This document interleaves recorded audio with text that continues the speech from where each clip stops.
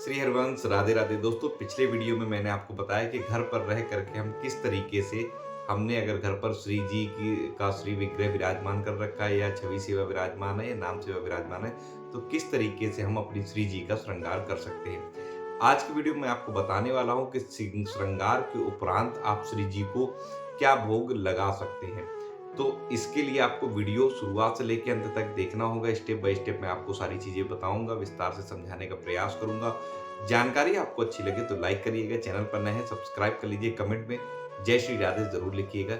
चलिए वीडियो में आगे बढ़ते हैं। अब आपको सबसे पहले ये समझना होगा कि निकुंज में किस तरीके से सेवा होती है श्रृंगार भोग की। जब प्रियालाल को श्रृंगार करने के बाद दर्पण दिखाया जाता है तो वे दोनों ही दर्पण में परस्पर एक दूसरे को देखते हुए मुस्कुरा रहे होते हैं। इसी दौरान जो हमारी हित सजनी जू हैं वो सखियों से कहती हैं कि श्रृंगार भोग की तैयारी आप लोग करिए, और फिर हित सजनी जू जो है हमारे श्यामा जू से कहती हैं कि आप युगलवर श्रृंगार भोग को आरोगिए। लेकिन जो हमारे श्यामा श्याम है, जो प्रियालाल है, वो दर्पण में ही उलझे हुए हैं, परस्पर एक दूसरे को ही निहार रहे होते हैं।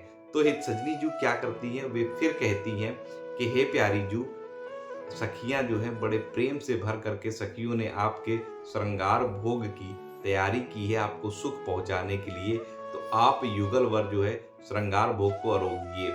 लेकिन हमारे जो प्रिया प्रीतम है वो दर्पण में ही उलझे हुए हैं। लालजू जो है वो प्रियाजू के रूप माधुरी में आ सकते हैं, और जो प्रियाजू है वो लालजू के रूप माधुरी में आ सकते हैं। और प्रियालाल की रूप माधुरी को दर्पण में निखर कर देखते हुए, उनकी अद्भुत अद्भुत जो छवि है उसको देखते हुए जो सखियां हैं वो आसक्त हो रही हैं। इतने में ही जो हित सजनी जू है फिर से प्रार्थना करती कि हे लाडली जू, आप दोनों के वन विहार का समय हो रहा है, आप लोग श्रृंगार भोग को आरोगिए। तब प्रिया प्रीतम क्या करते हैं, श्रृंगार भोग को आरोगने लगते हैं। श्रृंगार भोग जब हित सजनी जू प्रिया जू को पवाती हैं तो प्रिया जी जो है लालजू की तरफ तिरछी चितवन से देखती हैं। लालजू उन्हें इशारा करते हैं कि हाँ ठीक है, अब आप भोग जो है आरोगिए। जब प्रियाजू भोग आरोग लेती हैं तब लालजू अपने हाथ से प्रियाजू को भोग जो है पवाते हैं, और जो प्रियाजू हैं वो लालजू को भोग पवाती हैं। प्रियाजू पहले इसलिए भोग पाती हैं क्योंकि लालजू को इससे सुख पहुंचता है, और जब प्रियाजू भोग पा लेती हैं तो उसी भोग को हमारे लालजू पाते हैं। हित सजनी जू देखती हैं कि जब प्रिया प्रीतम जो है भोग पा चुके हैं तो फिर उनका आचमन कराया जाता है, शुद्ध और कोमल वस्त्र से उनका मुख को पोंछा जाता है और हाथों को प्रोक्षालन कराया जाता है। तो ये जो थी इस तरीके से निकुंज में जो है प्रिया प्रीतम की सेवा होती है, जो कि हमारी हित सजनी जू करती हैं। अब हमें क्या करना है, हमें सर्वप्रथम उपासक, यानी कि मैं भी उपासक हूँ, आप लोग भी उपासक हैं, तो उपासक को क्या करना चाहिए, सबसे पहले एक चौकी जो है उसको तैयार करना चाहिए, उसका प्रोक्षालन करना चाहिए, यानी कि जल से छिड़काव करके उसको अच्छी तरीके से साफ करना चाहिए। फिर उस चौकी पर, ये चौकी प्रिया प्रीतम के समक्ष रखी जानी है। प्रिया प्रीतम अपने आसन पर विराजमान होंगे, उनके समक्ष आपको चौकी रखनी। चौकी को अच्छे से शुद्ध आपको कर लेना। शुद्ध करने के बाद आपको क्या करना है, कई प्रकार के, जैसी आपकी स्थिति बने, जैसे आपके पास आर्थिक व्यवस्था है उसके अनुसार, ठीक है। यहाँ मैं ये चीज सभी के लिए नहीं कर रहा हूँ, जिनके पास व्यवस्था अच्छी है, जिनके पास आर्थिक तंगी नहीं है, वे लोग दूध, मलाई, माखन, मिश्री, घेवर, चंद्रकला, इस तरीके की सारी चीजों का अरेंजमेंट करना है, ठीक है। और इसी में आप अन्य अन्य प्रकार के जो फल होते हैं, यानी कि कभी मौसम्मी का जूस कर लिया, कभी आपने अनार का जूस कर लिया, कभी आपने मिक्स जूस कर लिया, कभी आपने सारे फ्रूट जूस कर लिए। इस तरीके से कई फलों के जो जूस हैं वो आपको अमनिया कर लेने हैं। अमनिया इसलिए किए जाएंगे, अमनिया करने पे ही वो प्रिया प्रीतम के लायक बनती है पदार्थ जो हम उन्हें भोग में करना, अर्पण करना चाहते हैं, तो उसको अमनिया करना बहुत जरूरी है। तो चौकी पर ये सारी चीजें हमें उनके सामने सजानी है। उसके बाद में हमें पर्दा करना है। पर्दा करने के बाद जो है हमें पदों का गायन करना है। वो पद मैं स्क्रीन पे आपको दिखा देता हूँ। इन पद को देख लीजिए कि किन पदों का आपको गायन करना है। मेरी लय अच्छी नहीं है, इसलिए मैं नॉर्मल ही आपको पढ़ करके बता देता हूँ कि किन पदों का आपको गायन करना है। या फिर अगर आप ये पद नहीं गा सकते हो तो फिर आपको 84 जी के जो पद आपको सबसे ज़्यादा पसंद हो उन पदों को आप गा सकते हैं। या फिर आप 84 जी के पदों को भी नहीं गा सकते हैं तो फिर आप जो नाम है राधा वल्लभ श्री हरिवंश या राधा राधा नाम, इसका भी कीर्तन कर सकते हैं। ठीक है, ये भी नहीं होता तो आपको अगर गुरु मंत्र प्राप्त हो गया है तो आप गुरु मंत्र को निरंतर जपते रहिए। और पर्दा करने के बाद में आप क्या करना है, आपको समय देना है ताकि प्रिया प्रीतम ऐसी भावना करनी कि हमारे प्रिय प्रीतम हमारे द्वारा उनकी सेवा में अर्पित किए गए भोग को वे पा रहे हैं। और बाहर पर्दा करने के बाद आप आराम से जो है चवर सेवा भी कर सकते हैं अगर आप करना चाहें। अब पद कौन से हैं ये मैं आपको बता देता हूँ। पद है सजनी को राख्यो रूख ग्रास लैन लागे मुख जो जो मन रुचियो पाक बहुरी सो मंगायो। इस तरीके से ये जो पद हैं ये पूरे पद आपको गाने, मैंने तो एक ही पंक्ति गाई है, ये पद आपको गाने होते हैं।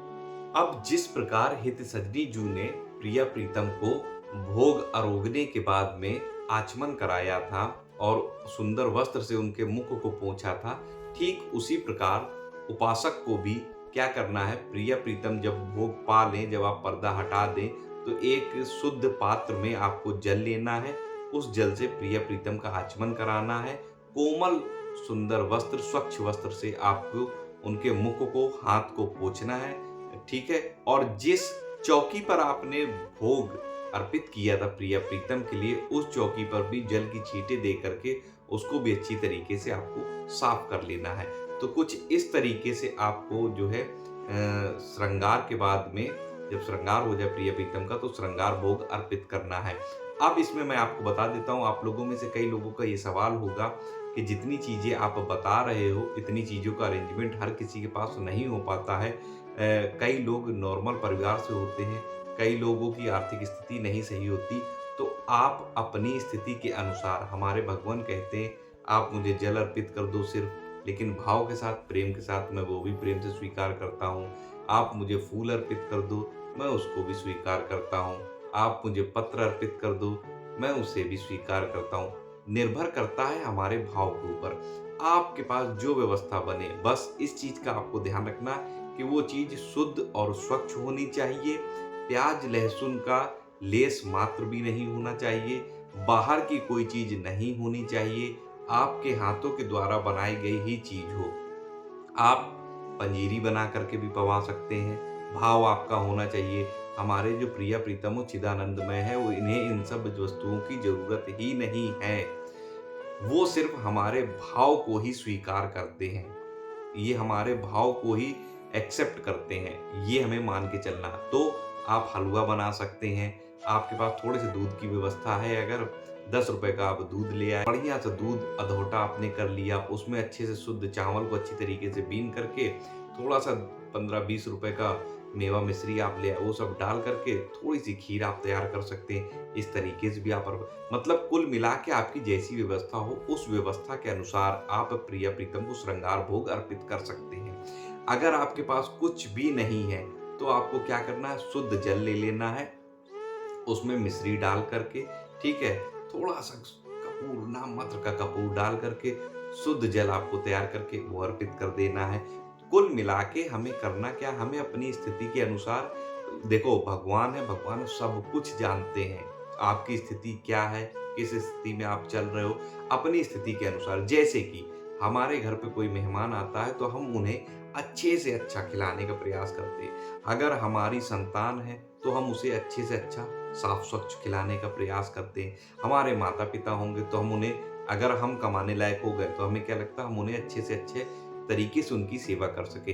ठीक उसी प्रकार प्रिया प्रीतम हमारे अपने हैं, हम जैसे खुद के लिए चाह करते हैं कि हमें चीज़ अच्छी और शुद्ध और साफ मिले, ठीक ठीक उसी प्रकार हमें उन्हें भी जो है अच्छे से अच्छा भोग जो हम उनके लिए कर पाएँ अपनी स्थिति के अनुसार, वैसा अच्छे से अच्छा भोग बना करके उन्हें अर्पित करें।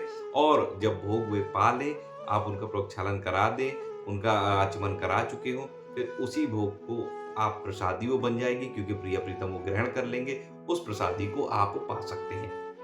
तो ये विधि थी कि श्रृंगार भोग किस तरीके से प्रिया प्रीतम को आप लगा सकते हैं अपने ही घर पर श्रृंगार सेवा करने के बाद। आशा करता हूँ जितना डिटेल मैंने आपको बताया आप सभी के समझ में आ गया होगा। अगर फिर भी आपके मन में कोई सवाल है तो कमेंट सेक्शन में आप कमेंट करके पूछ सकते हो। और ये जानकारी अगर आपको अच्छी लगी हो तो लाइक करिएगा, चैनल पर नए हैं सब्सक्राइब कर लीजिए, कमेंट में जय श्री राधे ज़रूर लिखिएगा। मिलता हूँ अगली वीडियो में नई जानकारी के साथ, तब तक राधा वल्लभ श्री हित हरिवंश।